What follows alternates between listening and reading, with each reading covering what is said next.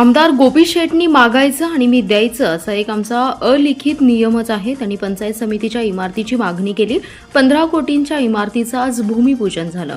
आता जतमधील ग्रामीण रस्ते विकासासाठी चालू वर्षात 75 कोटींचा निधी देणार असल्याची घोषणा राज्याचे ग्रामविकास मंत्री नामदार जयकुमार गोरे यांनी केली आहे. शिवाय देवभूमी जत ही मागणी देखील पूर्ण करू असा शब्द त्यांनी दिलाय. जत येथील पंचायत समितीच्या नवीन प्रशासकीय इमारतीचे भूमिपूजन नामदार जयकुमार गोरे यांच्या हस्ते शनिवारी झालं. यावेळी ते बोलत होते. अध्यक्षस्थानी आमदार सदाभाऊ खोत होते. यावेळी नगराध्यक्ष डॉक्टर रवींद्र आरळी, सभापती अर्चना पाटील, रविकुमार बगली यांच्यासह पदाधिकारी उपस्थित होते. यावेळी बोलताना मंत्री गोरे म्हणाले, जत तालुक्याला गेल्या 65 वर्षात पंचायत समितीला इमारत नव्हती, परंतु आमदार गोपी शेट यांनी आमदार होताच ती पूर्ण करून घेतली. हा तालुका विकासाच्या मुख्य प्रवाहात आणण्यासाठी ते काम करत आहेत. शिवाय त्यांच्या मागे देवाभाऊ आणि जयाभाऊ यांची ताकद आहे, त्यामुळे चिंता करण्याचं कारण नाही.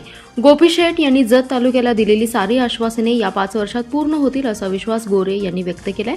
जत तालुक्याच्या विकासाचा बॅकलॉग मोठा आहे, तो भरून काढण्याची जबाबदारी आम्ही घेतली आहे.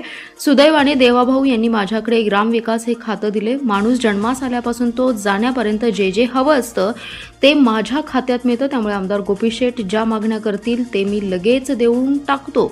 तीर्थक्षेत्र पर्यटन विकासामधून तालुक्यातील 9 धार्मिक स्थळांना त्यांनी प्रत्येकी 5 कोटींचा निधी मंजूर करून घेतला. अशी कितीतरी कामे सांगता येतील ज्यासाठी आमदार गोपी शेट यांचा सततचा पाठपुरावा सुरू असतो. कारण या माणसाने ज्याच्या मातीसाठी आपलं जीवनच अर्पण करण्याचा संकल्प केलाय असंही गोरे म्हणाले. बिहवर्गीचं अशी 8 देवस्थान आहेत. पहिल्या वर्षी 8 देवस्थानला ब वर्गाचा दर्जा दिलाय. मला सांगा, गोपी शेट किती वर्ष आमदार आहे? किती वर्ष? पुढचे 25 वर्ष आहे. पण आता किती वर्ष आहे? 5 वर्ष आहे. पहिल्या वर्षी 8 गुणिले 5 किती झाली? झाली का नाही देवभूमी?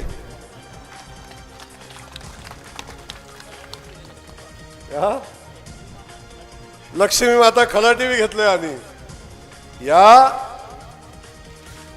8 देवस्थानला 5 कोटी रुपये, एका देवस्थानला 8 पंचे 40 कोटी रुपये झाले या 8 मंदिराच्या देवस्थानच्या विकासाला. आता मला सांगा, आजपर्यंतच्या इतिहासात कोणी केला का हा विकास? केला कोणी संकल्प? बघितलं कोणी कुणाची श्रद्धा कुठं आहे? अरे इकडं वारं मोठं झालं. वारं एक वारा कुठं कुठं लय वारा आहे तिकडं. वारं मोठं झालं, वारं पडलं आणि हवेली तयार झाल्या. पण आमच्या देवाच्या मंदिरावर छत टाकायची भावना कुणाची झाली नाही. म्हणून देवानंच बघितलंय, म्हणून देवानंच निर्णय घेतलाय. आता आपण बघतोय अशा अनेक गोष्टी ग्रामविकास खात्याच्या माध्यमातून आहे. आता आमच्या गोपी शेटने बोलताना सांगितलं, गोपी शेट तुमचं माझं वेगळं काहीच नाही. पाण्याचा प्रश्न आहे. माणसं जन्माला आली, जन्माला येताना नीट जन्माला आली नाही, नीट शिक्षण मिळालं नाही, नीट जगता आलं नाही, पाण्यासाठी संघर्ष केला, जाताना नीट स्मशानभूमीत जागा पण मिळाली नाही. अजून 26 गावांना स्मशानभूमी नाही. अजून 26 गावांना स्मशानभूमी नाही. देवाभाऊच्या सरकारनं आता निर्णय घेतलाय, ज्या गावात स्मशानभूमी नाही त्या गावात विकास काम द्यायचंच नाही. आधी स्मशानभूमी आणि मग काम. तर गाव तिथं स्मशानभूमी संकल्प केला आहे. गोपी शेट, ज्या ज्या गावात स्मशानभूमी नाही त्याचा प्रस्ताव द्या. प्रत्येक गावात अगोदर स्मशानभूमी करू आणि त्या गावाला न्याय देण्याची भूमिका घेऊ. आता आपण बघतोय काय अवस्था सगळ्यांची चालली. आपण सगळ्यांनी जो भूमिका घेऊन आपण गोपी शेटच्या पाठीशी उभं राहण्याचा निर्णय घेतलाय, त्या सगळ्यांना विकास कामाला न्याय देण्याची भूमिका आम्ही सगळे मिळून घेऊ. एवढं आजच्या या दिवशी मी मनापासून आपल्याला सांगतो. आपल्या या भागातल्या ज्या ज्या विकास कामाला निधी लागेल, बिलकुल चिंता करू नका. अख्खं सरकार तुमच्या पाठीशी उभा आहे. एवढं सांगण्यासाठी या ठिकाणी मी आलोय. आमची देवभूमीच आहे हो. प्रचंड म्हणजे आता लोकांना वाटते मी काय तर वेगळं सांगायला लागलोय का, पण वेगळं काहीच नाही. प्रभू रामचंद्राचा सहवास सुद्धा इथंच होता. भीमाने इथं बकासुराची हत्या केलेली आहे. बंकेश्वराचं इथं मंदिर आहे. माझ्या उंचीपेक्षा जास्त मोठी पिंडच आहे. इतकं मोठं म्हणजे जेव्हा जेव्हा वध केला जायचा शत्रूचा, तेव्हा ते मंदिर बनवायचे. ते बंकेश्वराचं मंदिर इथंच आहे, एकविरा देवीचं मंदिर डफळापूरमध्ये आहे. म्हणजे प्रचंड हा इतिहास असणारं जत भूमी आहे. लोकांनी दुष्काळी भूमी आहे, दुष्काळी भूमी आहे, दुष्काळी भूमी आहे म्हणून कायम आम्हाला नाकारलं. आता कोणी नाकारण्याची हिंमत करणार नाही. आम्ही प्रत्येकाच्या छाताडावर पाय देऊनच पुढे जाऊ, इतकी ताकद जतच्या लोकांच्या मध्ये आहे.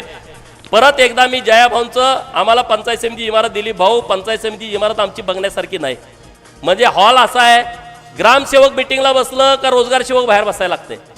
सरपंच आणि ग्रामसेवकांना एकत्रित बोलवलं की सरपंच आत बसते, ग्रामसेवक बाहेर, कुणाला कोणाला मेळ नाही. म्हणजे इतकी वाईट अवस्था.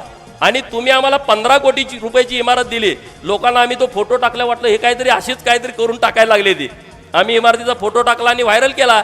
जिल्ह्यात अख्ख्या पुढाऱ्यांच्या मध्ये मोठ्या चर्चा झाली. अशी काय कुठं पंचायत समिती इमारत असते काय?